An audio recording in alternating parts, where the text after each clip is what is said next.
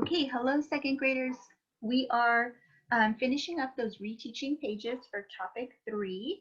So that's topic 3, reteaching. We're working on sets E through H today. And then tomorrow we will be taking our topic 3 assessment. We'll be moving on to topic 4. Can you believe that? We're going to find this on page 181. So you can get your books out. Open up to page 181. I'm going to share my workspace with you here. Here we are, topic 3, reteaching. Our page is 181. And we're starting off with set F, okay? All right, so set F, the directions ask us to find 55 plus 17. And they want us to do that by breaking apart 17 into 10 and 7. So they're keeping that first add-in as 55, they're keeping it as a whole, so you can see they just bring down 55. And then that second add-in, 17, that's the one that they broke apart. So I see there's a 1 in the tens place, so that's 10, and there's a 7 in the ones place, that's 7. Okay? The next step is to add tens. So again, 55 is staying as is, so we have 55. And then to that, we add the tens, so there's 110. 55 plus 10 equals a sum of 65, okay? And then once we have the tens taken care of, now we can move to the ones. So now we have 65. We're going to add 7 to that, so 65 plus 7. One strategy that we can use is scooping up 65 and counting on 7 more. Okay, so that would sound like this: 65, 66, 67, 68, 69, 70, 71, 72.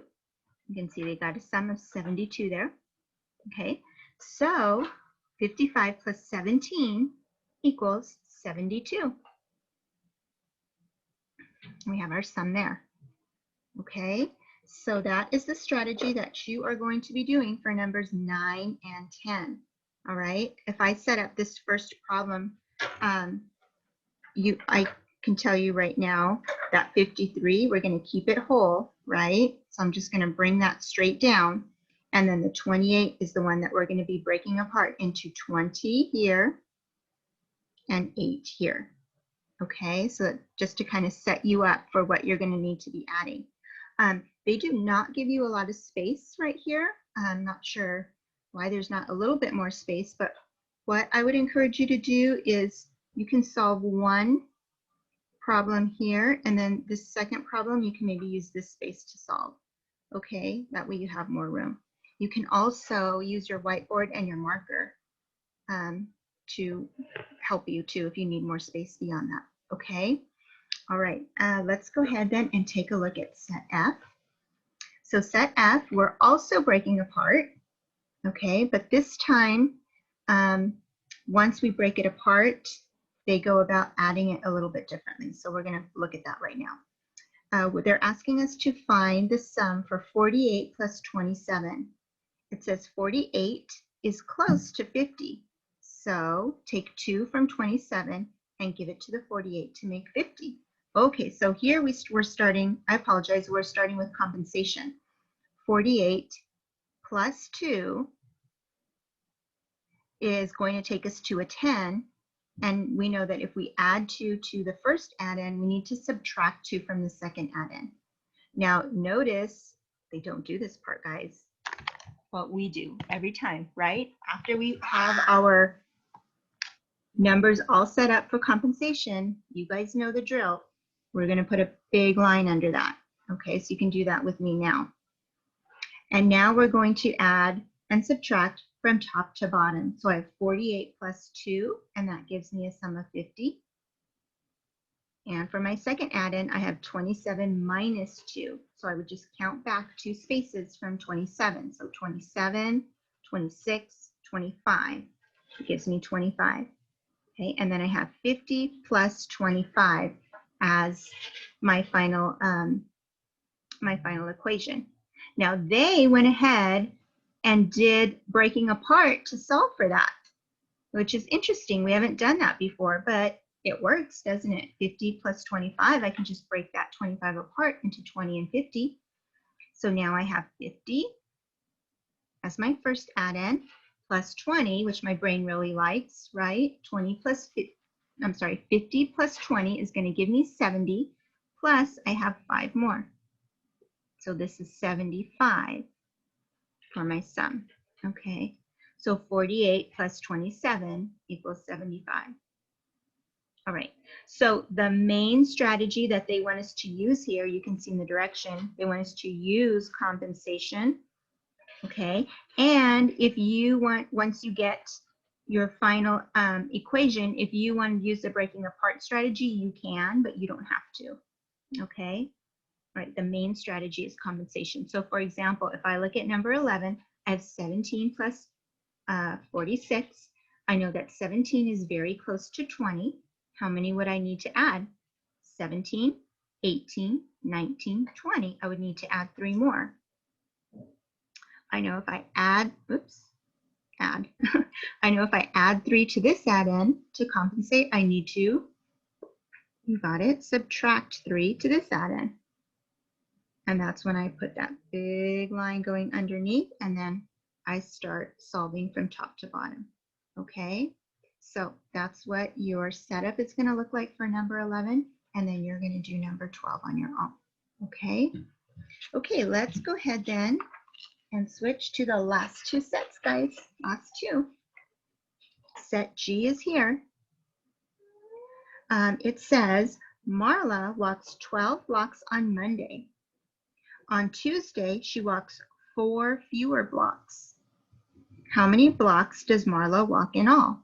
All right, let's identify the important information here.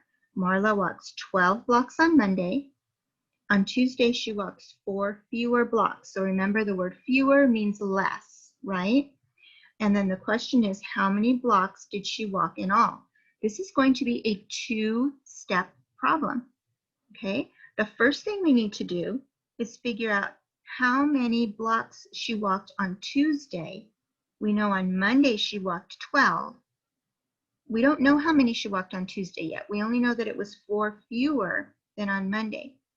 And then once we find that out, they want to know how many she walked all together on both Monday and Tuesday. So to begin with, we're going to take our 12. We know she walked 12 on Monday, and she walked 4 fewer on Tuesday. So I'm going to go ahead and subtract 4. 12 take away 4 gives me a difference equals 8. Difference of 8. Okay. So now I'm ready to solve for how many she walked all together. On Monday, she walked 12 blocks. On Tuesday, she walked 8 blocks. And I'm going to take those 2 and I'm going to add them. 12 plus 8. Okay, and that gives me a sum of 20. We can scoop 12 up and count on 8 more to solve. Right? That would sound like this: 12, 13, 14, 15, 16, 17, 18, 19, 20. There we have 20. So she walked a total of 20 blocks. Okay, so you are going to work on solving a 2-step problem for number 13. That's the one you're going to do on your own. Okay, and then finally, we are on set H. And the directions here ask us to choose a tool to help solve the problem. Show your work, explain your tool choice.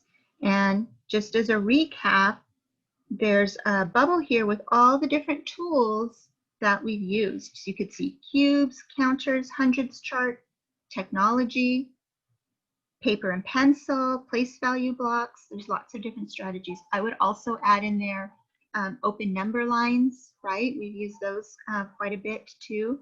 And also what we did earlier with the compensation and breaking apart. So let's go ahead and read the problem, number 14. It says 42 people are at a park before lunch. 29 people join those people after lunch. How many people are in the park in all? Okay, so they start off with 42 people, and then we know 29 people join them. So what's a good strategy to use for that? Well, I probably wouldn't want to use counters because I don't want to have to pull out 42 counters, right? And count out all 42 and then try to do the same thing with 29. That would be a lot of counters. So a better idea might be base 10 blocks, right? Because we know those rods just equal 10, so that's a lot easier. Another thing that you might want to do is write an equation and then solve for it using compensation or breaking apart, right? That's another idea that you might want to use. But I want you to really think about the tool that you like best. Maybe it's even an open number line, and then you're going to solve for that problem. Okay, guys? All right. Again, as always, any questions come up, you need anything clarified, or you want to talk a little bit more about a problem that's not quite making sense, go ahead and reach out or bring this to your Google Meet and you and I can talk about it. Other than that, I hope you guys have a great day and I will see you very soon. Okay? All right. Bye.